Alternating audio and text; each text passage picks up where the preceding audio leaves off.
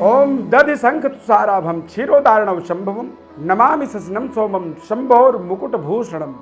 नमस्कार, जय माता दी, जय श्री कृष्ण। प्रिय दर्शकों, आप सभी का हमारे इस बेहद खास कार्यक्रम बहुत बहुत स्वागत है। जन्म कुंडली में चंद्रमा ग्रह के सभी 12 भावों पर क्या क्या फल मिलता है हमें, भृगु सूत्रावली से ये फलादेश को हमने पढ़ा है, इसको एक सारांश लिया है और ये फलादेश आपके जीवन में 100% प्रभावी होगा। आप इस कार्यक्रम को शुरू से अंत तक देखेंगे तो आपको आपके जीवन से संबंधित महत्वपूर्ण ज्ञान की फल की प्राप्ति होगी।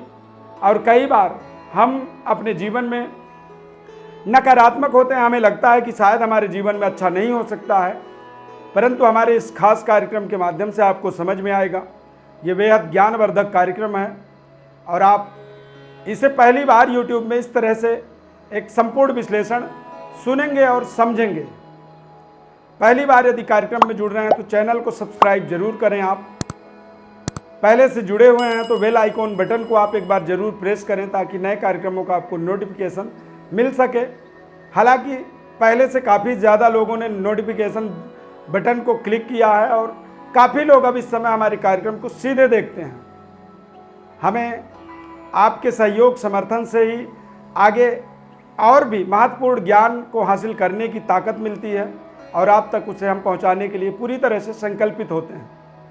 प्रिय दर्शकों, चंद्रमा ग्रह का सभी 12 भावों पर अलग अलग क्या क्या फल होता है, आपके जन्म पत्रिका में चंद्रमा कहां पर बैठा है, इस कार्यक्रम के माध्यम से आप भली भांति समझ पाएंगे कि उसका आपको आपके जीवन पर क्या असर पड़ रहा है, क्या फल मिल रहा है और कैसे उसे और बेहतर बना सकें। चंद्रमा माँ यानी माता और मन का कारक ग्रह होता है। शुक्ल यजुर्वेद में बताया गया है कि चंद्रमा मनसो जाता है, यानी परब्रह्म परमात्मा के मन से चंद्रमा ग्रह की उत्पत्ति हुई है और इसीलिए चंद्रमा का एक विशेषाधिकार मन पर होता है। कुंडली में चंद्रमा के अशुभ होने से हमारे जीवन में चंद्रमा कहीं ना कहीं हमारे मानसिक रूप से हमें प्रताड़ित करता है। यदि चंद्रमा हमारे जन्म पत्रिका में अशुभ हो तो घर में दूध देने वाले जो पशु होते हैं उनका मृत्यु हो जाता है। जिसके चंद्रमा कमज़ोर होता है ऐसा व्यक्ति का स्मरण शक्ति बहुत कमज़ोर होता है, वो अपनी तुरंत की हुई बात को भी भूल जाता है। और घर में पानी के जो संसाधन होते हैं, ट्यूबवेल, कुआं या नल, वो खराब होते हैं। निरंतर मानसिक तनाव का ऐसा व्यक्ति सामना करता है, घबराहट होती है उसके अंदर, डिप्रेशन निरंतर उसके अंदर बना रहता है और व्यक्ति के मन में कई बार आत्महत्या करने का विचार भी आता है क्योंकि चंद्रमा का अशुभ प्रभाव उसके ऊपर पड़ रहा होता है। यदि लगन में चंद्रमा ग्रह विराजमान हो तो ऐसी स्थिति में देखा जाए तो व्यक्ति घूमने फिरने यानी ट्रेवल करने का, यात्रा करने का उसे बहुत ज़्यादा शौक होता है।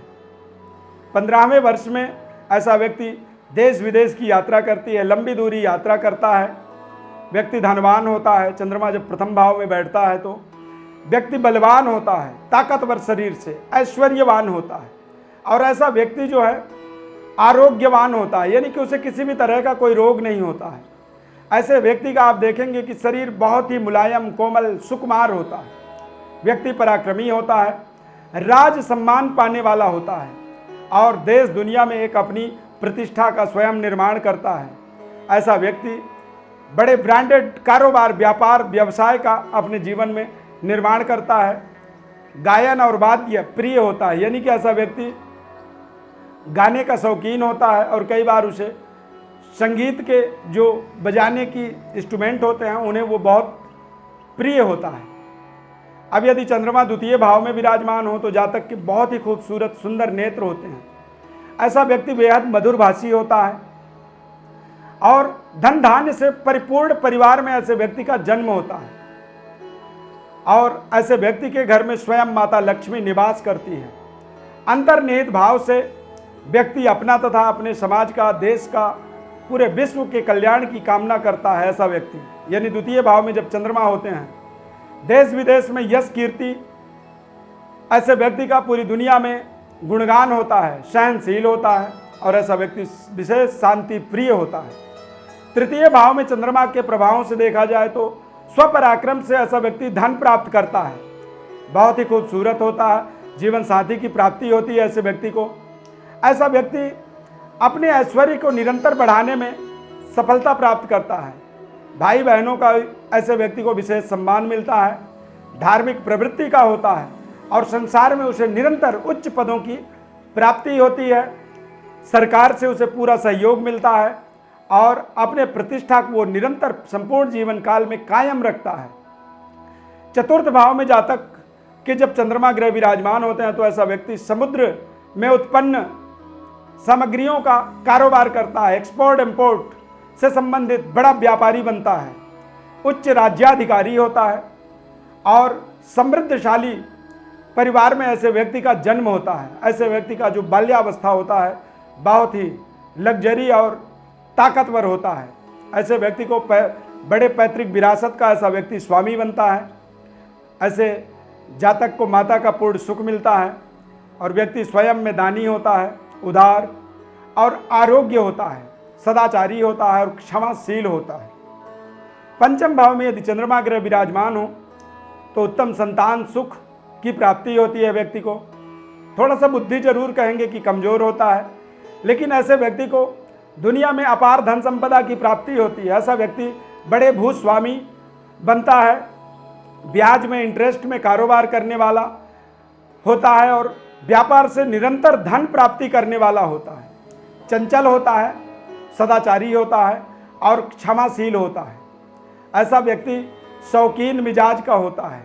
पांचवें भाव में जब चंद्रमा ग्रह विराजमान होते हैं, छठे भाव में जब चंद्रमा ग्रह विराजमान होते हैं तो ऐसा व्यक्ति आलसी होता है, व्यभिचारी होता है, यानी कि अपने जीवन साथी के अलावा भी ऐसे व्यक्ति के जीवन में तमाम ऐसे रिश्ते जुड़े हुए होते हैं और तमाम ऐसे गतिविधियों में वो संलग्न होता है। जीवन भर ऐसा व्यक्ति नौकरी करता है, कफ विकार से युक्त होता है, आंखों में ऐसे व्यक्ति की दिक्कत होती है और ऐसा व्यक्ति अल्पायु होता है, आसक्त होता है, किसी के अधीन जीवन जीने में उसे आनंद आता है, अपव्ययी होता है यानी अपने धन का दुरुपयोग करता है और ऐसा व्यक्ति कई बार निष्ठुर भी होता है।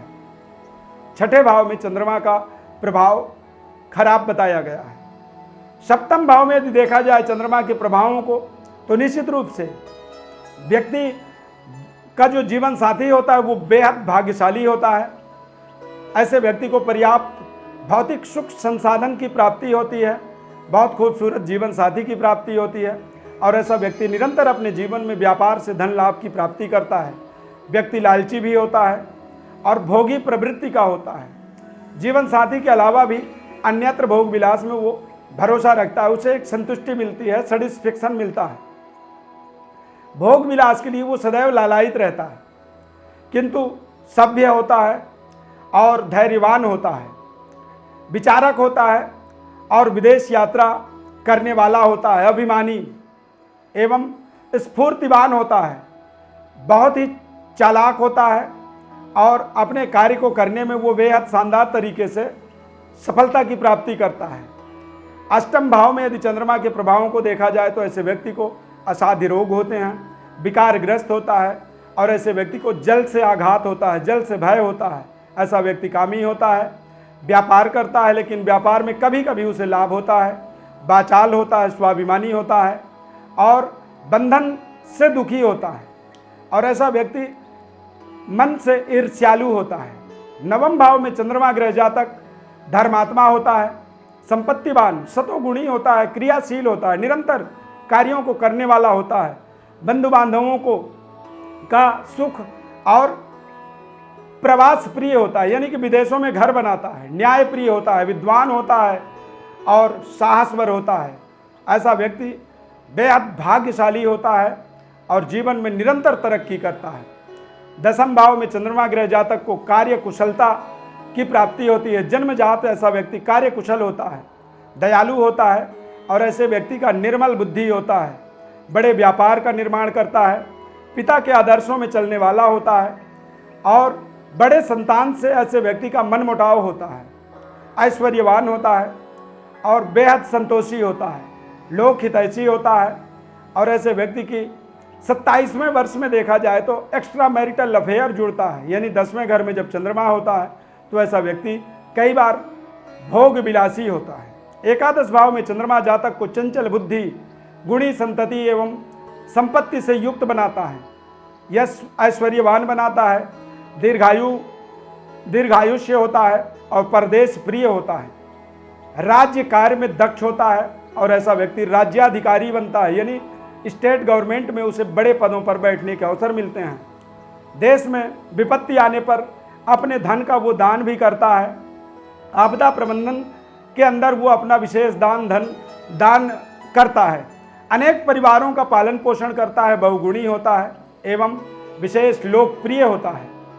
द्वादश भाव में जब चंद्रमा ग्रह विराजमान हो तो जातक दुर्बल शरीर वाला होता है, मानसिक बीमारी होती है ऐसे व्यक्ति को, नेत्र रोगी होता है, कफ विकार से युक्त होता है और ऐसा व्यक्ति क्रोधी होता है। ऐसा व्यक्ति एकांत में रहता है, वो लोगों के साथ रहना पसंद नहीं करता है, चिंतनशील होता है, मृदुभाषी एवं अपने जीवन के संपत्ति को अपव्यय करता है, यानी गलत तरीके से खर्च करता है। ऐसे व्यक्ति को अपने जीवन में शत्रु से भय होता है। ऐसा व्यक्ति मन ही मन डरा हुआ होता है, वो कहीं ना कहीं अपने आप में एक तरह से उसके अंदर डर भाव बना रहता है निरंतर। प्रिय दर्शकों, चंद्रमा के द्वादश भावों का विस्तृत विश्लेषण आपको हमने बताया है। इस कार्यक्रम से हमें पूरी उम्मीद है, पूरी भरोसा है कि आपको आपके जीवन का महत्वपूर्ण पहलू आपको समझ में आया होगा। विशेष विश्लेषण के लिए आप हमारे व्हाट्सएप नंबर पर अपनी बर्थ डिटेल भेज सकते हैं। आपके जीवन से जुड़ी हुई महत्वपूर्ण जानकारी आपको हम निःशुल्क रूप से बताएंगे। बस निवेदन यह है कि हमारे चैनल को आप सब्सक्राइब करें, शेयर करें और हमारे इस कार्यक्रम को लाइक जरूर करें। यदि कार्यक्रम अच्छा लगा तो कमेंट में आप ओम सोम सोमाय नमः लिखें, ताकि हमें समझ में आएगा कि ये कार्यक्रम आपको बहुत अच्छा लगा। हमारे इस खास कार्यक्रम से जुड़ने के लिए बहुत बहुत धन्यवाद। जय माता दी।